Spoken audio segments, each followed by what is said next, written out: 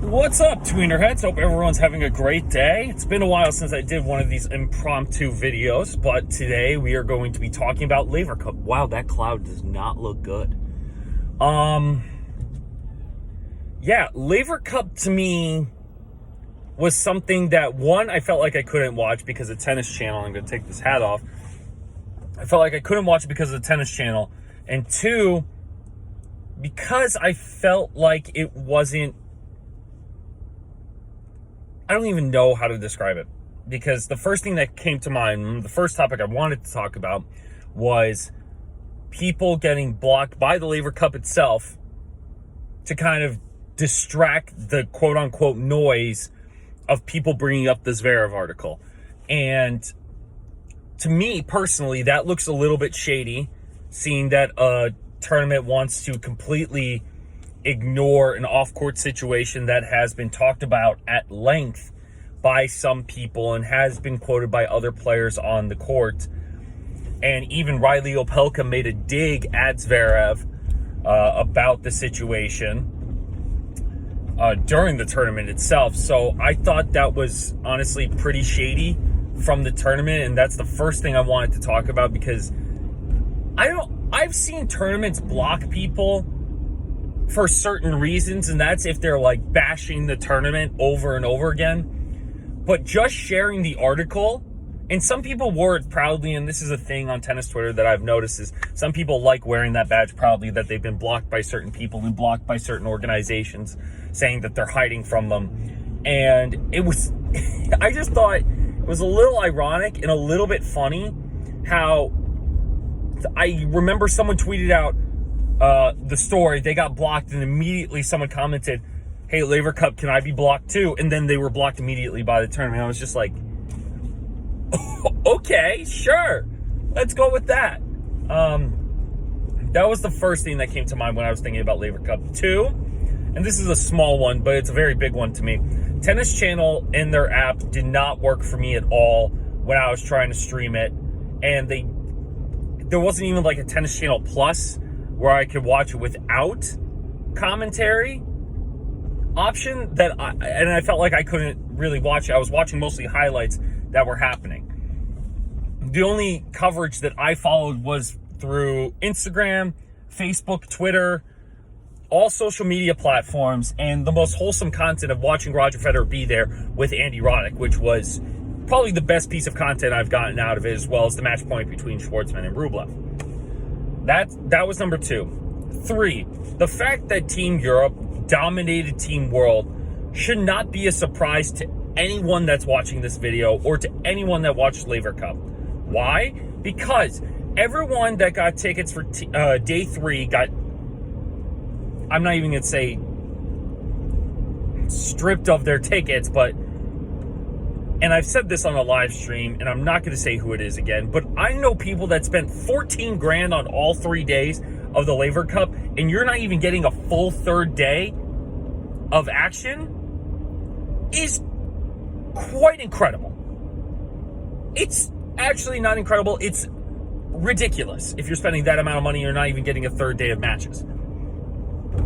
And the court was a little bit slower, which plays in Team Europe's favor because of how some of them are clay quarters and they prefer slower courts. Some are hard quarters, but from what I've gathered and the information that I've asked around about with people more involved in the tennis world, is that Team World, two of them were considered quote-unquote serve bots, but I think Opelka is more than just a serve bot. In my opinion, I know Isner, the only thing he can do is play, serve, and a forehand. The fact that he's still on Team World to me is ridiculous. And the matchups that they had, and still kind of staying on the topic of Team World versus Team Europe, Team Europe has an endless supply of future Grand Slam champions and future Hall of Famers and number ones in the world. The Team World, most of them, three of them being American, I thought could have had a lot of better selections in terms of entertainment value. Sock, I don't even know if Sock played. You know, I know Kyrgios played, didn't have the best showing, but he's entertaining and brings a lot of value in terms of selling tickets, even though the guy is 91 in the world, and he stopped to go help his mother, who is currently sick. So thoughts and prayers to him and his family. But going back to the Jack Sock thing, couldn't we have any other Americans? Couldn't we have Sebastian Corda? Couldn't we have Tommy Paul? Couldn't we have Francis Tiafoe, who made a great run at this year's U.S. Open, and people love to see? I'm not saying that we're overlooking Felix Auger-Aliassime or Denis Shapovalov, which, by the way, I think they should have played doubles together just because of team chemistry. Shapo and Isner is a very weird combination to me. It's a very weird combination. And the fact that that was the only point that Team World won in that entire exhibition is ridiculous. And that kind of brings me on to my next point in terms of exhibition. This is considered an exhibition. So the fact that these matchups are being considered for their head-to-head says nothing about how they can truly play.